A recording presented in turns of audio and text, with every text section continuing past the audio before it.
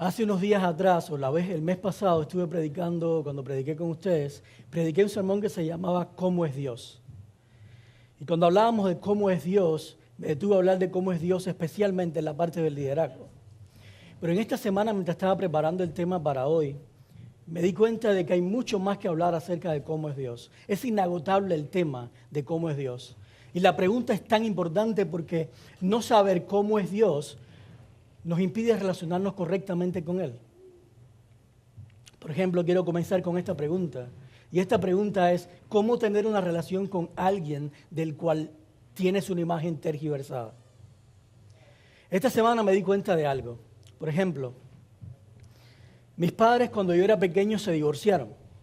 Mi mamá y papá se separaron cuando yo era pequeño. Yo en mi mente siempre estimé de que ellos se habían divorciado cuando yo tenía alrededor de 3, 4 años. Porque en mi mente no hay registro, no hay ninguna memoria donde yo esté con mi mamá y papá juntos.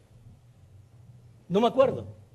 No hay nada que yo me acuerde de mi infancia donde esté con mis dos padres juntos. Así que yo estimé en mi mente que había sido cuando era demasiado pequeño como para no darme cuenta o no recordar. Sin embargo, por primera vez, a la semana pasada le pregunté a mi mamá, ¿qué edad tenía yo cuando ellos se separaron? Y me quedé en shock. Porque mi mamá me dijo que se habían separado cuando yo tenía 9 años. Y en mi mente entonces salió una pregunta, ¿cómo es posible que un niño de 9 años, que ya tiene conciencia de muchas cosas, no se acuerde de sus dos padres juntos? Y la conclusión que yo saqué hasta ahora es que para mí fue tan traumático la experiencia que yo decidí borrar esa memoria de mi mente. Mi mamá me hacía preguntas y me decía, ¿no te acuerdas cuando estuviste en kindergarten, que estabas con los muchachitos en este tiempo? ¿No te acuerdas cuando salimos a tal lugar? ¿No te acuerdas cuando íbamos al parque y te montábamos en esto y lo otro? Y yo le decía, sí, me acuerdo. Me recuerdo de todo, pero no recuerdo ver a mi papá ahí. Y esa imagen que yo tuve de mi padre, quizás, porque la única imagen que yo tuve de mi padre en mi niñez era que venía el viernes a buscarme de noche y me traía el domingo de regreso a la casa de mi mamá. Era un papá de fin de semana. Era un papá que me amaba, pero para estar conmigo el fin de semana. No lo suficiente como para estar toda la semana. Y mi papá era súper bueno conmigo. Jugaba conmigo, pasábamos un fin de semana excelente. Pero era el fin de semana. En el resto de la semana yo no tenía papá. Y en cierta manera eso condicionó mi relación con él. Después aprendí muchas cosas acerca de mi padre. Y entendí muchas cosas de por qué se divorciaron. De hecho, mi madre y mi padre volvieron a estar juntos cuando tuve 14 años y siguen juntos todavía. Todavía están casados. Se volvieron a reunir. Pero por ese tiempo de mi niñez fue bien difícil para mí relacionarme con mi padre. Y es que cuando tienes una imagen tergiversada de una persona, ¿afecta tu relación con ella, sí o no? Si yo pienso que una persona es bien tóxica, bien mala, y esa es la idea que tengo con ella, yo voy a tratar de alejarme de ella lo más posible. Yo no voy a querer tener una relación con ella. Pero cuando yo tengo una persona que yo sé que me ama, que me quiere, que todo el tiempo quiere lo mejor para mí, yo voy a querer relacionarme con ella intencionalmente. Y eso es lo que nos pasa con Dios. No podemos tener una relación íntima con Dios si no logramos conocer a Dios.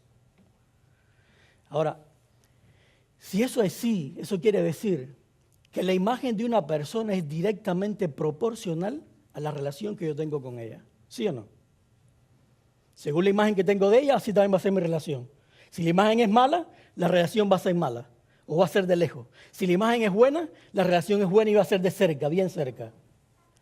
Ahora, si esto es así, ¿qué ustedes pensarían si yo les digo de que todos, absolutamente todos, tenemos una imagen tergiversada de Dios? ¿Qué te hace pensar esto? ¿Cómo tú reaccionas en tu mente cuando yo te digo a ti que todos, incluyendo todos ustedes que están acá y yo, tenemos una imagen tergiversada de Dios? ¿Lo crees? Ahora, si lo crees, si crees que esto es una realidad, entonces tienes que tener en cuenta que la relación que estás teniendo con Dios es también tergiversada. Porque tú no puedes relacionarte con un Dios que tienes una imagen tergiversada de Él. Hasta que tú no lo conozcas realmente, no puedes relacionarte íntimamente con Él o darle todo en la relación. Tener una relación de entrega. Por ejemplo, la Biblia dice, el Salmo 51, David cuando está hablando acá en los primeros versos, él como que se entrega a Dios y empieza a decirle, por favor, perdóname. Mira, tengo tantos pecados, tengo tantas cosas malas que he hecho. Por favor, perdóname, te ruego que me perdones. Yo no puedo vivir con eso. Yo soy bien malo. Y hasta termina diciéndole, pues soy pecador de nacimiento. Así es, desde el momento en que me concibió mi madre, ahí soy pecador. Ahora ponte a pensar que el pecado es como una glaucoma. ¿Saben qué es glaucoma? Una de las cosas que da la glaucoma es que cuando tú miras te hace ver manchas negras en tu visión. Imagínate que el pecado produce eso en ti. Inmediatamente cada vez que tú miras a Dios, lo que tú percibes es un Dios con manchas negras. Tú no puedes ver completamente o correctamente la imagen de Dios, simplemente ves un Dios manchado, con manchas que no te dejan distinguir perfectamente quién es Él. Y eso es lo que hace el pecado en nuestras vidas. Desde que nacemos, ya nacemos con pecado. Y el pecado desde que nacemos hace que distorsione nuestra imagen de Dios. Y no podamos entenderlo. Dice también este verso de Pablo en Romanos 3, cuando él está describiendo qué es una persona pecadora. Él dice, no hay nadie que entienda. Y esta palabra entender es nadie que perciba correctamente. Nadie que logre distinguirlo como Él es. Nadie que perciba correctamente a Dios. Pero eso no es lo peor. Sino que no solo no percibimos correctamente a Dios, sino que no nos interesa cambiar esa percepción.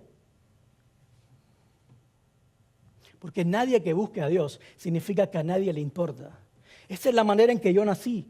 Y ya, así como yo veo a Dios y nadie le interesa salir de ahí. Es por eso que el mismo Jesús dice, nadie viene a mí si mi Padre no lo trae, dice Jesús. Todos aquellos que se acercan a mí es porque mi Padre lo trae a mí. Porque naturalmente no deseamos ir a Dios, producto de la imagen tergiversada que tenemos de Él. Y sigue diciendo el mismo capítulo, en el verso 12 dice, todos se han descarriado, a una se han corrompido. Y esa palabra corromper significa se han hecho de un carácter que es inútil, un carácter que no sirve, un carácter que no te lleva a ninguna parte, un carácter con manchas. No hay nadie que haga lo bueno, no hay tan siquiera uno solo.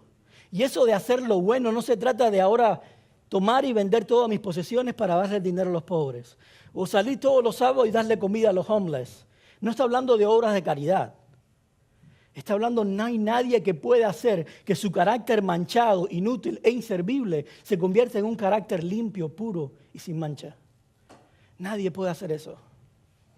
Y esa es la condición que nosotros tenemos cuando nacemos. Por lo tanto, es una realidad de que todos tenemos una imagen tergiversada de Dios. Todos. No hay nadie que se escape de esto. Ahora, dice acá Elena White, me gusta mucho esta nota. Ella dice, en Discurso Maestro de Jesucristo, el corazón engañado por Satanás. ¿Cuántos de acá tienen el corazón engañado por Satanás? ¿Hay alguien al cual Satanás no haya engañado? Satanás nos engañó a todos. Es por eso que somos pecadores. Todos estamos engañados por Satanás. Y dice acá, Satanás considera a Dios como, el corazón engañado por Satanás considera a Dios como ¿qué cosa? Como un tirano implacable. Esa es la manera en que nosotros vemos a Dios desde que nacemos. Desde que nosotros abrimos los ojos, comenzamos a tener conciencia. Nuestra imagen de Dios es un tirano implacable. Y un tirano, no sé quién habrá vivido en un régimen tirano, pero un tirano es una persona que te quita tu libertad, que te priva de todas las cosas, que la única autoridad es Él, que Él hace lo que le da la gana contigo, con tu vida y cuando quiere. Ese es un tirano. Y así es como vemos a Dios. Es la manera que el pecado nos ha hecho ver a Dios constantemente. Y no solo eso, sigue diciendo y dice, las inclinaciones egoístas, no solamente mías, sino de todos ustedes, de toda la humanidad, todas las inclinaciones egoístas de la humanidad y hasta las de Satanás mismo se atribuyen al Creador amante. Eso es lo que ha hecho el pecado en nosotros. Eso es lo que ha hecho la glaucoma espiritual en nosotros. Que veamos a Dios de esa manera. Ahora, sigue diciendo, si me ayudan a pasar. ¿Me ayudan a pasar el siguiente slide? Porque no está funcionando acá. Dice, si no somos conscientes de esto, Nunca podremos ser libres de la falsa concepción de Dios que tenemos de Dios, la falsa concepción que tenemos de Dios.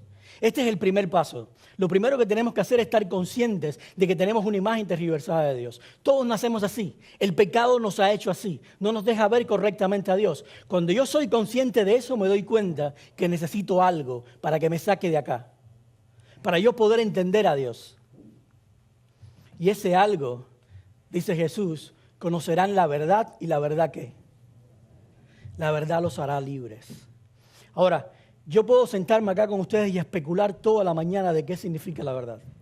Para muchas personas la verdad son doctrinas. Para muchas personas la verdad son enseñanzas bíblicas. Es teología. Sin embargo, no hay una sola doctrina, ninguna enseñanza bíblica o ninguna teología que me dé la libertad del pecado, o sí la hay. ¿Alguno de ustedes es libre del pecado simplemente por creer que Dios es tres personas? Nadie.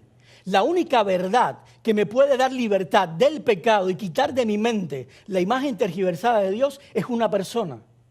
Y esa persona se llamó a sí mismo, yo soy la verdad. Esa es la única verdad que puede cambiar todo en mi vida. No importa cuántas cosas yo crea, si yo no creo en esta verdad y no tomo esta verdad como lo más definitivo, nada cambia. Todo se mantiene igual. La verdad es una persona y se llama Jesús. Solamente a través de Jesús yo puedo conocer quién realmente es Dios. Porque la Biblia dice, solamente uno estuvo con Dios, solamente uno vivió con Dios y solamente uno es Dios mismo y se llama Jesús. Por lo tanto, Él es el único que me lo puede demostrar. Lo dice Juan bien claro en el principio de su evangelio. Ahora, ¿cómo es Dios en cuanto al perdón? ¿Cómo es Dios en cuanto al perdón? Quiero dejar con ustedes dos versos para comenzar este debate. El primero está en Romanos 2:4 y dice, ¿no te das cuenta de que menosprecias la benignidad, la tolerancia y la paciencia de Dios y que ignoras que su benignidad busca llevarte a dónde? Al arrepentimiento. ¿Qué ustedes entienden por esto? Converse conmigo. Mientras más rápido converse conmigo, más rápido salen de aquí hoy. Si se quedan callados a la boca, se van a quedar más tiempo. Converse conmigo. ¿Qué significa esto? ¿Qué está diciendo Pablo acá? ¿Hay algo que interceda en la bondad de Dios? ¿Hay algo que se interponga delante de la bondad de Dios hacia ti? Por ejemplo, esta pregunta, ¿la benignidad, la paciencia y la tolerancia de Dios están condicionadas a nuestro arrepentimiento?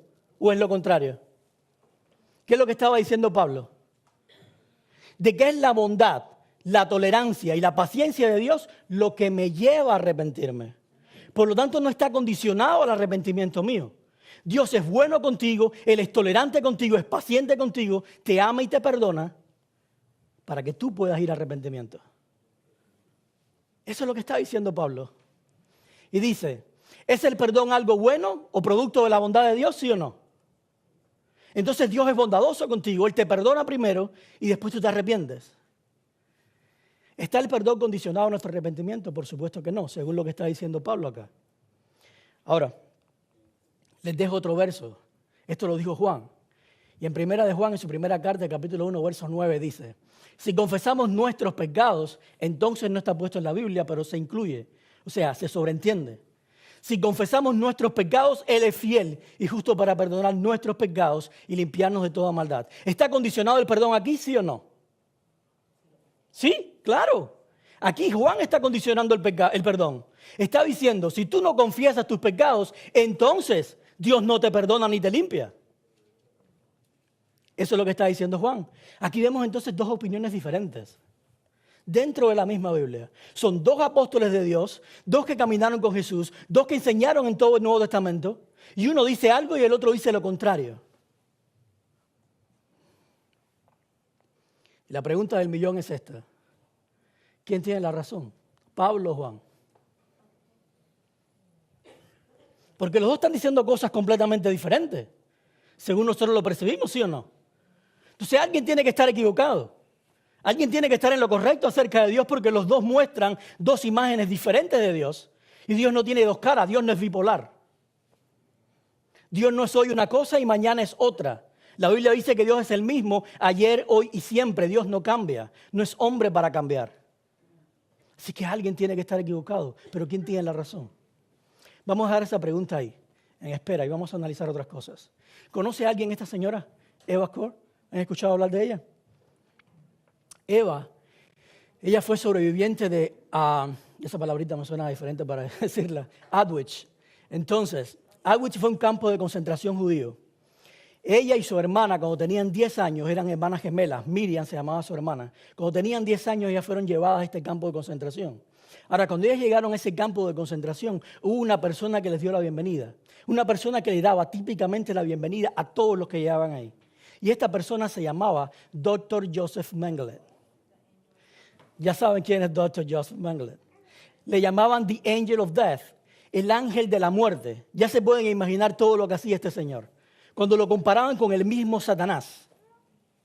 Dice que una de las cosas que hacía a un niño, entre todas las barbaridades que hizo, a un niño de 12 años le cortó la cabeza porque tenía una malformación en la cabeza. La mandó a disecar para ponerla como una estampa en su escritorio. Como un trofeo de un espécimen raro, extraño. Eso hizo este hombre. Por sus manos pasaban todas las personas que llegaban al campo de concentración, él las miraba. Si eran gemelos, los gemelos lo que más le gustaba. Él los tomaba para hacer ratas de laboratorio, para hacer experimentos en ellos. Si veía una persona que tenía algún tipo de formación, algo diferente en sus facciones, la tomaba para hacer experimentos en ellas. Más de 3,000 gemelos pasaron por ahí para hacer ratas de laboratorio con este hombre. Y Eva y Miriam fueron una de esas gemelas que llegaron a sus manos. Acá está una foto de Eva. Creo que esto es el momento en que fueron rescatadas del campo de concentración. Pero ella cuenta que 3 veces a las semanas, ella y su hermana Miriam las ponían en un cuarto, desnudas por entre 6 a 8 horas. Y por todo ese tiempo estudiaban y medían cada parte de su cuerpo para ver cómo crecían, cómo se iba desarrollando todo. Las tomaban a los gemelos, entonces a uno le sacaban sangre por un brazo mientras les inyectaban tuberculosis, tifus, diferentes enfermedades, para ver cómo reaccionaban. Eso lo hacían con una de ellas mientras dejaban a la otra sin ponerle ningún tipo de inyección, para ver si su cuerpo reaccionaba a lo que estaba pasando con su hermana. Cosas bárbaras hacían con estos niños. Dice que en una de estas ocasiones, cuenta Eva, de que ella le inyectaron cuando le pusieron esa cantidad de enfermedades, de cosas, se puso tan mal, su fiebre fue tan, pero tan elevada, que al otro día cuando fue el doctor Mengele a la cama y vio su hoja clínica, dijo, le quedan solamente 2 semanas de vida, se va a morir. Cuando Eva escuchó eso, dice que esas fueron las 2 semanas más largas de su vida, porque ella literalmente luchó entre la vida y la muerte. Ella sabía que si ella moría en esa cama, a su hermana, el doctor Joseph Mengele le pondría una inyección letal en su corazón para matarla y así hacer 2 autopsias el mismo día. Y como ella no quería que su hermana muriera, ella luchó para vivir. Luchó hasta la última gota de fuerza que tenía para salir con vida de esa cama. Y lo logró. Su hermana Miriam le pusieron tantas inyecciones que sus riñones quedaron del tamaño de un pequeño niño y nunca crecieron para toda su vida. Finalmente, 4 días antes de cumplir 11 años, el ejército soviético las liberó del campo de concentración. 50 años más tarde, se contactaron con Eva, y le pidieron que por el 50 aniversario de la liberación del campo de concentración dijera unas palabras. Pero le dijeron que no iba a estar sola, sino que mientras ella hablaba iba a estar otro doctor nazi al lado de ella. Cuando le dijeron eso, inmediatamente vinieron a su mente todas las memorias de su pasado. Estar al lado de otro doctor, no era este, pero era un doctor nazi igual, que hacía barbaridades también con niños como ella.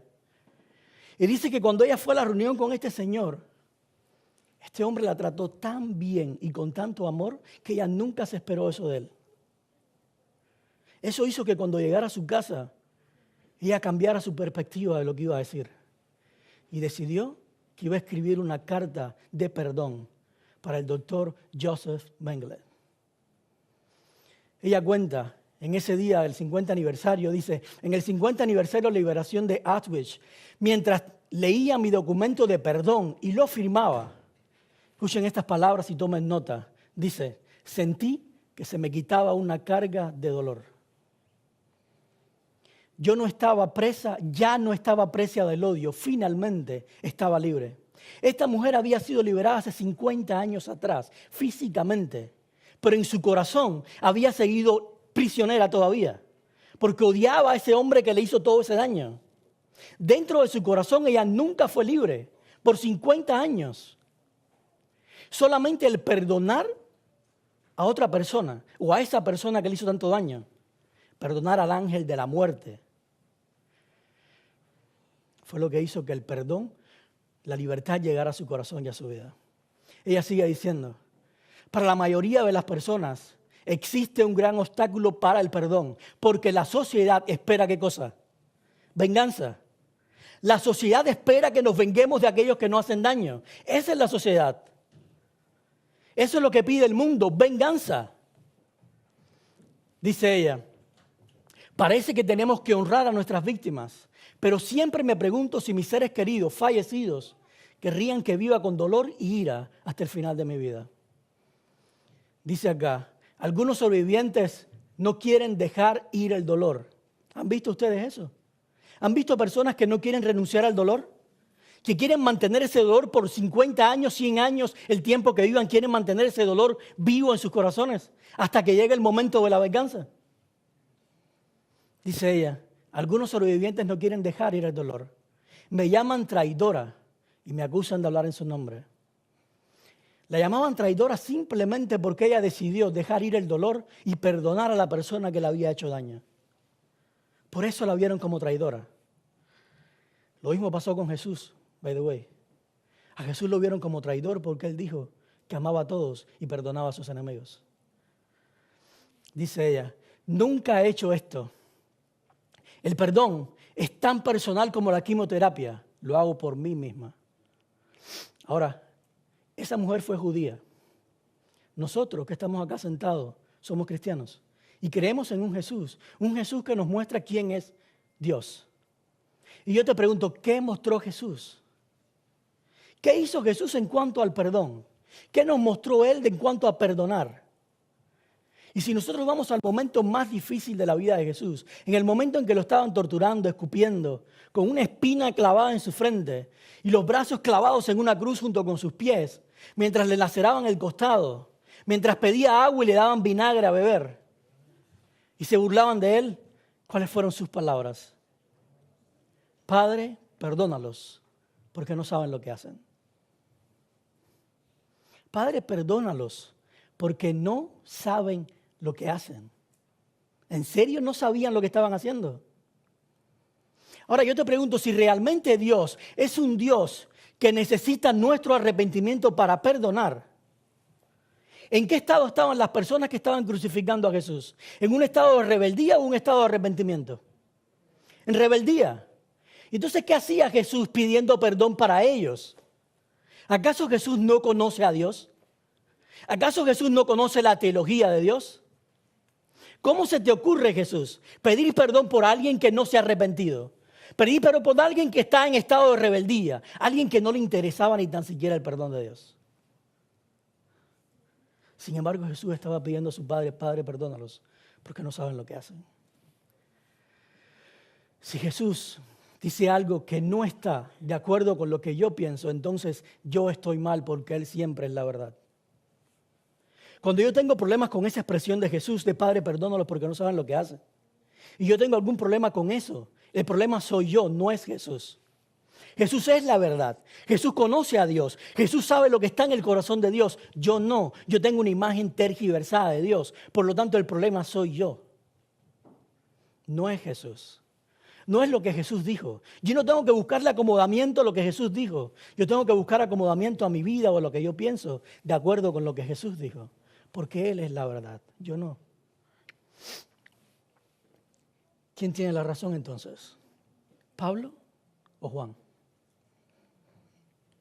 Quiero mostrarles un segundo principio. El mismo Pablo dice en Romanos 2, del 14 al 15, cuando los gentiles que no tienen la ley cumplen por naturaleza lo que la ley exige, ellos son ley para sí mismos. Aunque no tengan la ley, dice, mostrando la obra de la ley escrita en sus corazones, como la testigo a su conciencia, pues sus propios pensamientos lo acusan o los defienden. ¿Qué está queriendo decir Pablo acá? Pablo está diciendo, según sea la ley que tengas en tu corazón, así van a ser las obras tuyas. Si la ley que tú tienes en el corazón tuyo es una ley de condenación, una ley de venganza, una ley de muerte, eso es lo que tú vas a demostrar contra aquella persona que te ofende y te hace daño. Pero si la ley que está en tu corazón es una ley de amor, de perdón, de reconciliación y de restauración, eso es lo que vas a hacer con las personas que te ofenden y te hacen daño. Porque nuestras obras reflejan la ley que yo tengo en el corazón. Y si mi ley, suponiendo que mi ley sea la ley del amor y la restauración y el perdón, y ahora acá Joy me hace algo a mí, me ofende a mí y me duele en ese momento y yo le retribuyo a ella con más mal, ¿qué es lo que va a hacer mi conciencia según Pablo? La conciencia va a generar pensamientos en mí que me van a apoyar en mi actitud o me van a condenar en mi actitud.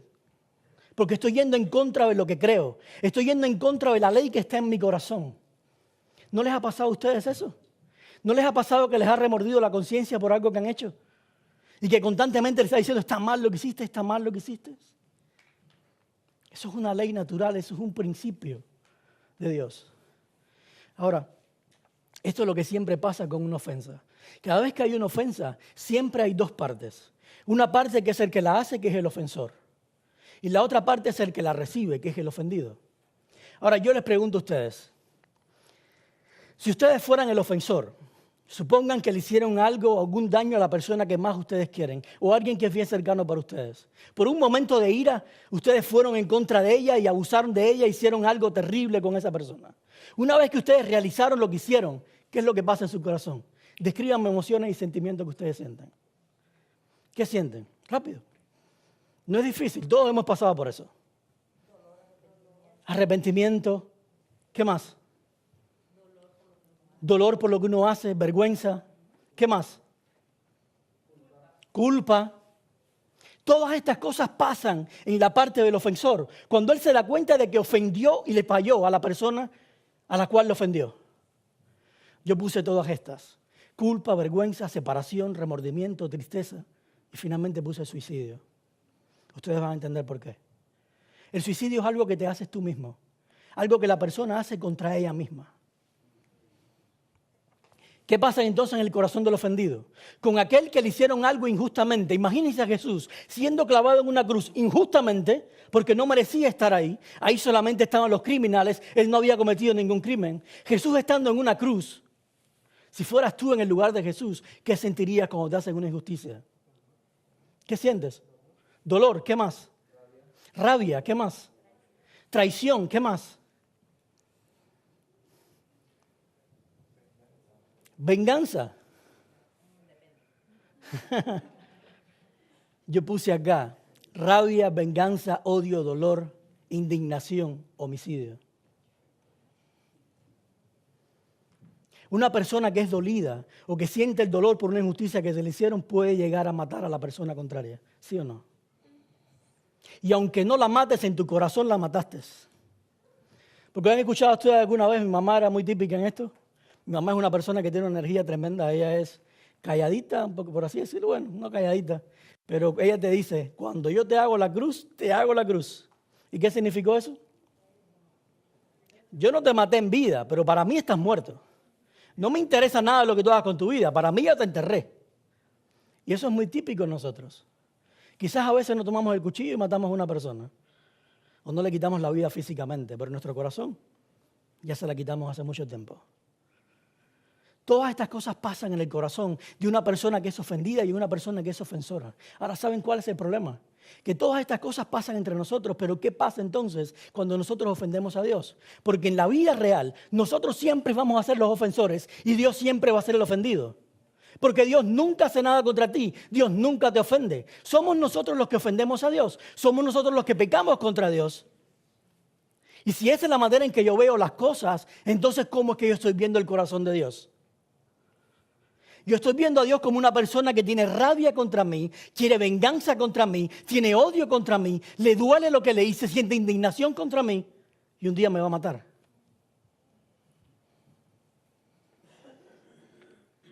Entonces el perdón para mí se convierte en algo completamente tergiversado, porque cada vez que yo estoy en pecado, cometo algo que yo siento que le fallé a Dios, ¿qué hago yo? Voy a mi casa, me tiro de rodillas en el piso, lloro, me lamento y le digo, Señor, perdóname.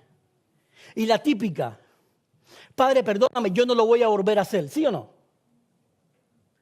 Que yo le estoy diciendo a Dios, Padre, por favor, quita de tu corazón la rabia, la venganza, el odio, todo esto que sientes en contra mía, dame una oportunidad más, no te voy a volver a fallar.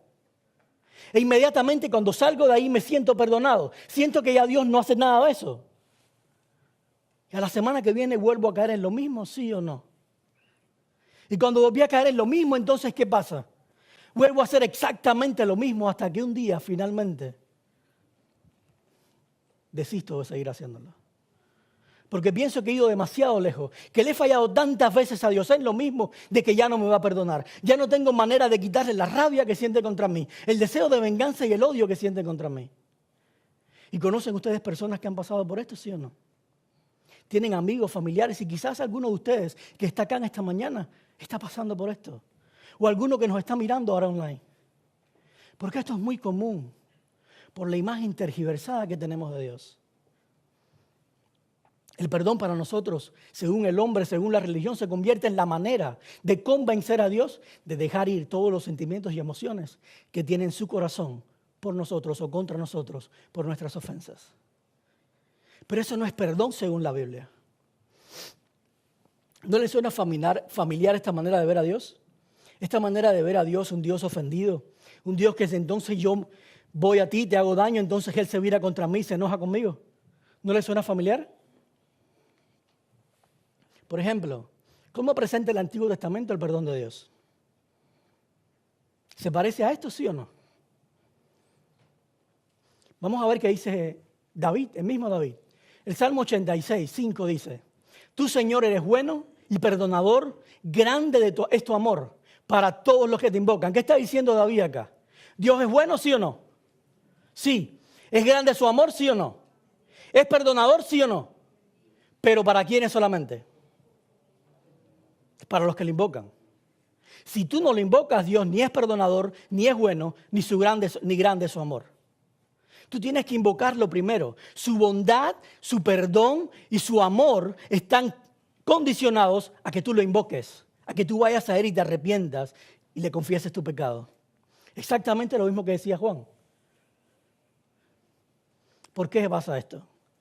Porque si nosotros tenemos un Dios que tiene rabia, venganza, odio y dolor dentro de Él por la ofensa que yo le hice, entonces Él no puede ser bondadoso conmigo. Yo tengo que quitarle primero todo eso del corazón de Dios para que entonces Él vuelva a ser amoroso conmigo, Él vuelva a ser bondadoso conmigo y me vuelva a bendecir en mi vida. Pero no solamente David, mira lo que decía Isaías. Que abandonen el malvado su camino y el perverso sus pensamientos, que se vuelva al Señor y a nuestro Dios, que es generoso para perdonar y de Él recibirá misericordia. ¿No estaba diciendo exactamente lo mismo Isaías? Tenemos un Dios que es bondadoso, tenemos un Dios que es dicto para perdonar y para tener misericordia, pero para que eso pase, primero tiene que el malvado abandonar su camino, tiene que el perverso dejar sus pensamientos perversos y tiene que volverse a Dios. Porque si no lo hace, entonces Dios no es misericordioso, ni lo va a perdonar tampoco. Más adelante, Isaías 59:2 dice, son las iniquidades de ustedes las que los separan de su Dios. Son estos pecados los que los llevan a ocultar su rostro para no escuchar. Cuando nosotros tenemos una imagen de Dios, simplemente mirando estos versos de la Biblia, inmediatamente logramos con un Dios completamente tergiversado. O un Dios que hasta que yo no le pida perdón, hasta que yo no me confiese y yo no me arrepienta, hasta que yo no deje todo lo malo, hasta que no me limpie de lo que soy y vaya a Él, entonces no va a ser bondadoso conmigo, no va a ser amoroso conmigo, no va a ser perdonador conmigo, no va a tener misericordia ni me va a bendecir. ¿Por qué? Porque siempre vemos a Dios así. Ahora imagínense ustedes, si esa es mi imagen de Dios, un Dios que constantemente está ofendido por el pecado mío o por lo que el hombre le hace, ¿qué pasa con una persona que en su vida nunca se arrepiente? Imagínense ustedes, si yo ahora cometo un pecado contra Dios, yo ahora ofendo a Dios, mientras más tiempo pasa, imagínense ustedes que ofenden a un familiar de ustedes o a alguien querido para ustedes. Mientras más tiempo pasa sin tú pedirle perdón, ¿qué pasa en el corazón de él? ¿Estas cosas se incrementan o disminuyen? Se incrementan. Entonces imagínate una persona a la cual Dios le dio toda su vida, que vivió 80 años, y Dios le dio 80 años de su vida para que se arrepintiera y nunca se arrepintió. ¿Cómo entonces se quedó el corazón de Dios contra esa persona? Con mucha más rabia, con mucho más deseo de venganza, con mucho más odio, con mucho más dolor. Como resultado, ¿qué es lo que va a pasar con Dios al final del tiempo? Cuando se encuentre con esa persona que no se arrepintió. ¿Qué es lo que dice la última palabra? La destruye. Por eso es que vemos un Dios que va a destruir a los impíos al final del tiempo, porque nunca se arrepintieron. Por eso es que nos encontramos en Apocalipsis 6, unas personas que dicen cuando ven venir a Dios, por favor, cáiganme las piedras encima, cáiganme las montañas encima, porque yo no quiero caer en las manos de ese Dios.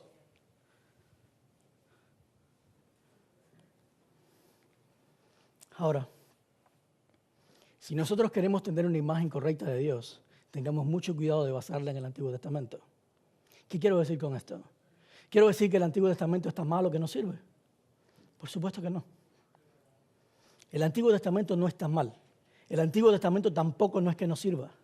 El Antiguo Testamento es más inmaduro que el Nuevo Testamento. Eso es otra cosa. Y les voy a poner un ejemplo. Yo tengo una niña de 12 años. Si yo le digo a mi niña de 12 años que escribe una bibliografía mía, ¿qué ustedes creen que ella va a poner en esa bibliografía mía? A la edad de 12 años. Yo les garantizo a ustedes que lo que ella escriba va a ser muy similar a lo que está en el Antiguo Testamento de Dios. Porque ella va a escribir ahí, mi papá cuando yo me porto mal me quita el celular. Y hasta que yo no vaya a donde está y le pida perdón, él no me da el celular de regreso. Eso es lo mismo que escribió David, no es lo mismo que escribió Isaías acerca de Dios. Porque yo con mi hija, a la edad que ella tiene, yo no puedo disciplinarla de la manera que yo puedo decirle a otra persona adulta que hizo algo mal.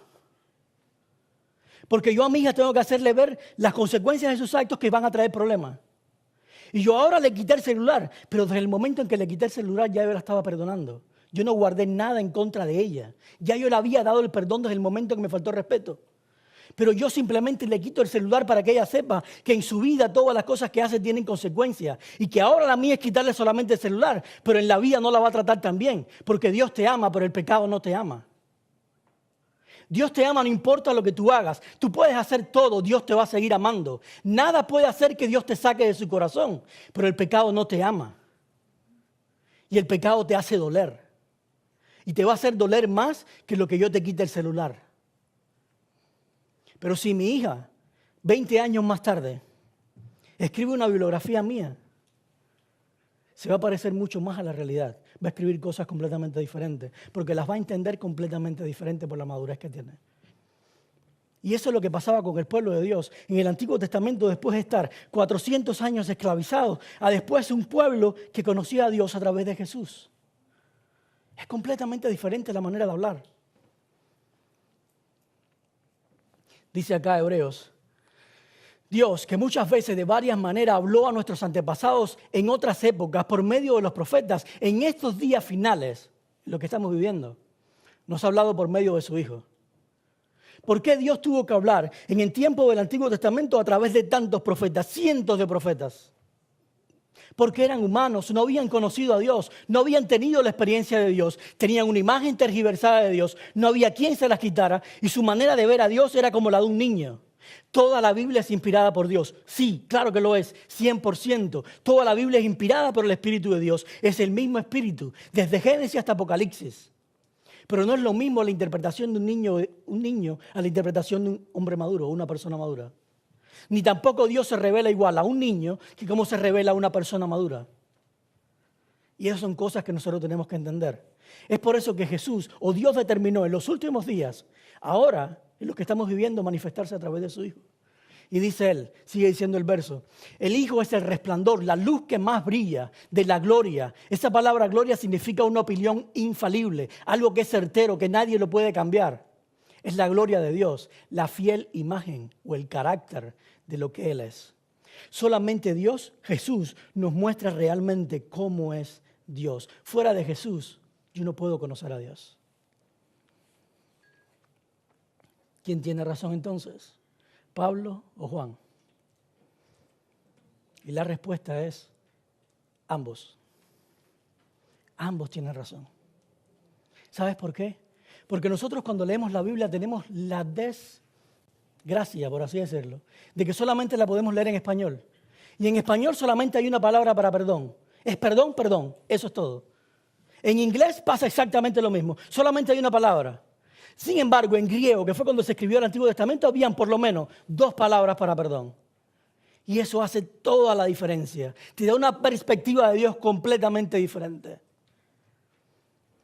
La primera palabra es esta, que fue la que usó Juan cuando decía este verso. Si confesamos nuestros pecados, Él es fiel y justo para perdonar, y la palabra es aphiemai, nuestros pecados, y limpiarnos de toda maldad. Ahora, ¿qué significa aphiemai? Aphiemai significa dejar ir, renunciar a, soltar algo a lo que nos estamos aferrando, ceder algo a una persona, irse dejando algo atrás, enviar lejos. Y esta palabra nunca afecta al ofendido, sino que afecta al ofensor. Eso quiere decir que esta palabra influye dentro del ofensor para quitarle la culpa, para quitarle la vergüenza, para quitarle la separación que siente con Dios, para quitarle el remordimiento y la tristeza. Por lo tanto, cuando Juan está diciendo, Padre, si confiesas tus pecados y vas a Dios, Él es fiel en perdonarte, lo que estaba diciendo es, si tú vas a Dios y confiesas la culpa que tienes dentro, la vergüenza que tienes dentro, Él va a ser fiel en quitártela y dejarte libre. ¿Se acuerdan lo que le pasó a Eva? A la que estábamos viendo, Eva Core. ¿Qué fue lo que ella sintió cuando perdonó a la persona? Algo que se fue de ella. Ella sintió que le estaban arrancando algo y que finalmente era libre. Ese es el perdón. Eso aphiemai. Eso fue lo que le experimentó ella. Es quitarse toda la vergüenza, quitarse toda la culpa, quitarse todo eso de adentro. Ser libre. Dios no puede quitarte algo que está en tu corazón si tú no le pides a Dios que te lo quite, si no le das el permiso para hacerlo. Esa parte no puede hacerla Dios. Eso no necesitas ir a Dios y confesar, ir a Él y decirle, hazlo, para que Él lo haga. Eso es lo que estaba diciendo Juan. Acá también dice lo mismo en Mateo, cuando Jesús estaba enseñando a sus discípulos a orar. Dice, porque si perdonan, aphiemai, a otros sus ofensas, también los perdonará Dios, aphiemai, a ustedes, su Padre Celestial. ¿Qué estaba diciendo Jesús acá? La mejor manera de sentirse perdonado y de sentirse libre es perdonando a otra persona. Cuando tú extiendes el perdón a otra persona, te das cuenta de que tú también fuiste perdonado. Cuando tú liberas a otra persona de la carga de la culpa y el sentimiento que tiene en su corazón, tú también sientes que Dios te quitó el tuyo. Eso es lo que estaba diciendo Dios acá, o Jesús. La mejor manera de sentirse perdonado es perdonando a otros. Nosotros tenemos una idea tergiversada de Dios. ¿Se acuerdan cuando el ángel se le apareció a José y le dijo, María dará a luz un hijo y le pondrá por nombre Jesús, porque él salvará a su pueblo ¿de qué cosa? De sus pecados. Sin embargo, la imagen que nosotros nos hemos creado o que el enemigo se ha hecho crear en nosotros es que Jesús vino a salvarnos de un Dios que está airado, un Dios que está ofendido, un Dios que está enojado con nosotros.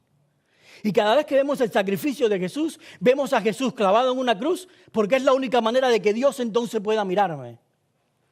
Porque Dios está airado conmigo. Dios siente en su corazón odio y todas esas cosas que hemos visto. Todo esto que está acá. Y ese no es Dios. Ese no es el Dios que nos mostró Jesús.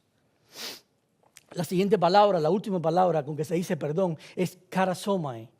Y dice mostrarse lleno de gracia, amable, benevolente, conceder perdón, dar con gracia, dar libremente, restaurar por gracia a alguien, preservar para uno una persona en peligro. Y esto siempre afecta a la persona que fue ofendida. Por lo tanto, cuando nosotros leemos este verso de acá de Pablo que dice, más bien sean bondadosos y compasivos unos con otros, perdónense, charisomai, mutuamente, así como Dios los perdonó, charisomai, a ustedes en Cristo. La palabra perdonar, ¿en qué tiempo está? ¿En pasado, en presente o en futuro? ¿Y en qué tiempo está? Perdonó. Está en pasado, ya te perdonó ya. Ya lo hizo. Ya tú fuiste perdonado. Tú no tuviste que hacer nada para ser perdonado. Porque charisomai es un perdón por gracia. Es algo que se da por gracia. Algo que tú no mereces, pero Dios igual te lo da. Él es libre de dártelo. Él decide dártelo porque te ama, no por algo que tú haces. Y ya todos nosotros fuimos charisomai. Todos. Y él te dice, Pablo dice, ustedes hagan lo mismo con otras personas, porque así como recibiste de gracia, da también de gracia. Dice también este otro texto bien conocido. De modo que se toleren unos a otros y se perdonen, exactamente la misma palabra. Si alguno tiene queja contra otro, así como el Señor, ¿qué cosa? Los perdonó en el pasado, perdonen ustedes también a otros. Y acá este verso es impresionante. Dice, antes de recibir esa circuncisión, ustedes estaban ¿cómo? Estaban muertos en sus pecados. Sin embargo, Dios nos dio vida en unión por Cristo. ¿Cómo nos dio vida? Perdonándonos. Karasomai. La manera en que Dios te dio vida a ti siendo un muerto en pecado fue perdonándote. Fue entregándote ese perdón por gracia, porque ese perdón también significa restauración. Un muerto nada sabe, dice la Biblia. Por lo tanto, un muerto nunca puede arrepentirse. Y así es la condición nuestra en el pecado. Todos somos muertos en pecado. Por lo tanto, Dios no puede esperar a que tú te arrepientas. Dios te lo da libremente. Dios te perdona libremente simplemente porque te ama. Ese es el Dios que presentó Jesús. Ahora miren ustedes acá lo que pasó cuando Dios nos perdona. ¿De qué manera nos perdonó Dios? La manera en que lo hizo, dice el siguiente verso, es que Él anuló, hizo cero el acta de los decretos que había contra nosotros, que nos era contraria, aquella acta que estaba en nuestra contra, que nos hacía ver un Dios completamente diferente. Dice que Jesús la quitó de en medio y la clavó en la cruz. Ahora, ¿cuál era esa acta contraria a nosotros? Aquí está el acta. Esa fue la nota que puso Satanás desde el momento en que Adán y Eva pecaron. Cuando Adán y Eva pecaron, ellos tenían una relación con Dios tremenda, excelente. Anhelaban ver a Dios todos los días, reunirse con Él, encontrarse con Él. Inmediatamente cuando pecan, Satanás pone toda esta lista delante de ellos y le dice, ahora Dios tiene rabia contigo, ahora Dios quiere vengarse de ti, ahora Dios te odia, Dios siente dolor por lo que le hiciste y Dios te matará en cualquier momento, porque la paga del pecado es la muerte y Dios se va a encargar de matarte. ¿Qué pasó entonces cuando Adán y Eva sintieron que Dios venía? ¿Salieron a recibirlo? ¿Qué pasó? Se escondieron. Se escondieron. Esa acta contraria a nosotros, esa acta que el enemigo había puesto para tergiversar el carácter de Dios a través del pecado, eso fue lo que Dios clavó en la cruz, Jesús clavó en la cruz para decirle que eso no existe más. Eso era totalmente mentira, eso está cancelado, está anulado. Y donde estaba la palabra ofendido que había puesto el enemigo, Dios puso Dios es amor con su sangre. Porque donde está el amor no hay temor. El perfecto amor echa fuera el temor, dice la Biblia. El evangelio no es el hombre ganándose el corazón de Dios, sino Dios ganando el corazón nuestro de regreso a Él.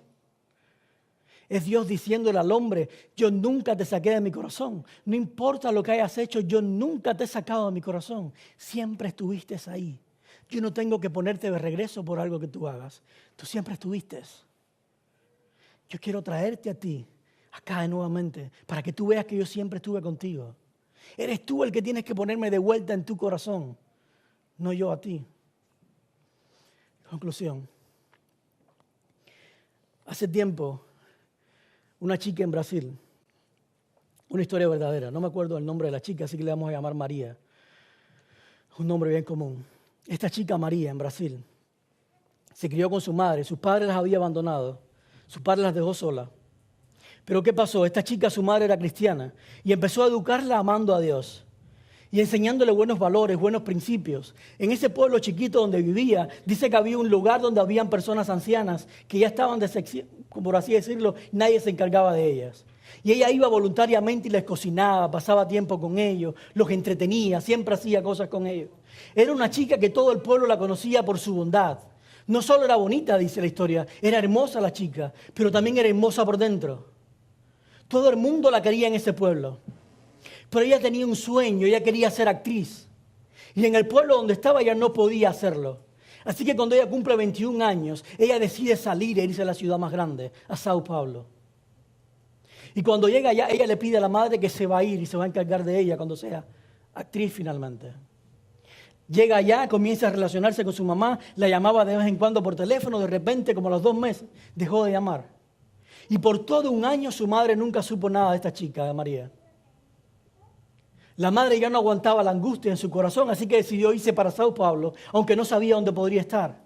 La buscó en todos los hospitales, daba su nombre en todas partes. Nadie había escuchado de María, nadie la conocía. Pasó por todos los hoteles de la ciudad que ella podía creer que podía vivir. Nadie la conocía. Finalmente, después de un mes, ya se le había agotado todo el dinero y tenía que regresar a su pueblo. Y lo que hizo fue que comenzó a escribir notas. Y en cada nota escribía una nota y pasaba por todos los hoteles y dejaban los teléfonos que estaban afuera, dejaba una nota pegada. Dejó cuantas notas pudo en todos los teléfonos públicos y se fue a su pueblo, con la esperanza de que algún día su hija María encontrara una nota. Pasaron varios meses y María estaba en un cuarto de un hotel, porque María fue con el sueño de ser artista, pero cuando llegó allá se encontró con un hombre que se aprovechó de ella y la metió dentro de la prostitución. ¿Qué pasó? María, después de estar ahí, se había sentido con tanta vergüenza, con tanta culpa. Se había sentido que le había fallado tanto a su madre que no tenía la cara de llamarla de regreso. Porque pensaba que su madre se iba a avergonzar de su hija, de todo lo que ella había hecho. Por lo tanto, decidió cortar la comunicación por completo y hacer que su madre creyera que estaba muerta. Era mejor si pensaba que estaba muerta. Un día esta chica estaba en el hotel con un cliente y cuando termina con ese cliente sale y al llamar se encuentra en una cabina telefónica y va a llamar y ve una nota pegada en el teléfono. Y cuando lee la nota simplemente decía, María, es tu mami. No importa lo que hayas hecho, yo no sé qué ha sido de tu vida. No me interesa cuántas cosas hayas podido hacer, ni todo lo que tú puedas tener en tu vida. Yo te amo. Yo nunca he dejado de amarte, María. Eso fue suficiente. Habían 20,000 Marías. No podía ser ella. Hay tantas Marías en el mundo para ser ella. Sin embargo, en su corazón ella sabía que era su madre la que la estaba dejando, la que le había dejado esa nota. Ella regresó a casa. ¿Sabes qué? Cuando Jesús murió en la cruz, Él no solo canceló la nota que el enemigo había puesto en tu contra, aquella nota que decía de que Dios está ofendido contigo, de que Dios te odia, de que Dios quiere vengarse de ti, de que Dios quiere lo peor para ti si tú no te arrepientes. Él no solo canceló esa nota, sino que en su propio cuerpo Él dejó otra nota, mucho más grande. Con su propia sangre Él escribió una nota que dice, Karasomai. Y esa nota dice, yo te perdono por gracia. Yo nunca he dejado de amarte. Si yo estoy acá, cada marca que tengo en mi cuerpo dice que te amo.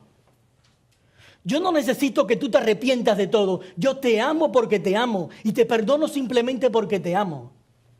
Esa nota nos la dejó Jesús. Pero no bastando solamente con eso, verbalmente. Jesús dijo, Padre, perdónalos. Y la palabra que usa acá en perdonar es afiemai. No es karasomai. ¿Por qué? Porque ya Jesús en la cruz estaba karasomai, toda la humanidad. Pero no solo karasomai, sino que Él también le pidió al Padre, por favor, afiemai them. ¿Qué estaba diciendo Jesús acá? Jesús sabía que habían personas en este mundo que no iban a creer que un Dios pudiera ser tan bueno. Porque en ellos la imagen de Dios había sido tan tergiversada que lo único que podían ver es un Dios ofendido. Un Dios cruel. Un Dios que quiere vengarse de ti. Y como sabía que ellos no iban a ir nunca a Dios, para que Dios pudiera quitarle esa culpa y toda esa cosa que sentían en su corazón, entonces Jesús simplemente dice, Padre, hazlo tú por ellos. Aunque ellos no vengan a ti, hazlo tú en ellos. Y quizás tú me digas, mira, eso sí, es verdad, pero fue solamente para aquellos que lo crucificaron. Fue para los 4 o 5 guardias que estaban ahí y le clavaron sus manos y sus pies y le metieron una lanza en el costado. Mira lo que dice acá. El deseado de todas las gentes. Esa oración de Cristo por sus enemigos abarca a ¿quiénes? Abarca al mundo. Te abarca a ti y a cada uno de ustedes que está sentado, me abarca a mí. Abarca a todos los que nos están viendo por internet. Abarca a todo el mundo. Abarca a todo pecador que hubiera vivido desde el principio del mundo o fuese a vivir hasta el fin del tiempo. Sobre todo recae la culpabilidad de la crucifixión del Hijo de Dios.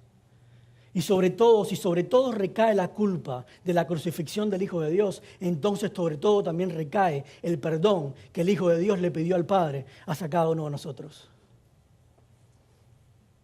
Dios en la cruz no solo karasomai a cada uno de nosotros, no solamente nos dio un perdón por gracia, sino que fue mucho más allá y dijo, Padre, aunque ellos no vengan a ti, yo te pido que por favor tú vayas a su corazón y les saques afiemai ellos, para que entiendan de que yo los amo y de que yo no siento nada en mi corazón hacia ellos que no sea amor y solamente amor. Yo no sé en qué etapa de tu vida tú estás hoy. No sé si lograste entender de que el amor de Dios hacia ti es completamente por gracia. De que el perdón que Él te da es sin que tú hagas nada por Él. No entiendo si estás en tu corazón ahora en este momento con sentimientos de culpa. Pero quiero decirte que el Padre está dispuesto a quitar de tu corazón todo el sentimiento de culpa que tú puedas tener. Porque esa es la grandeza de nuestro Dios. Quiera Dios que cada uno de ustedes y yo en esta mañana podamos vivir con la alegría que nos da el saber de que tenemos un Dios tan maravilloso, tan grandioso, un Padre que nos ama tanto, que nos perdona y hace provisión para ti en todas circunstancias de tu vida, mucho más allá de lo que tú esperas. Que Dios los bendiga.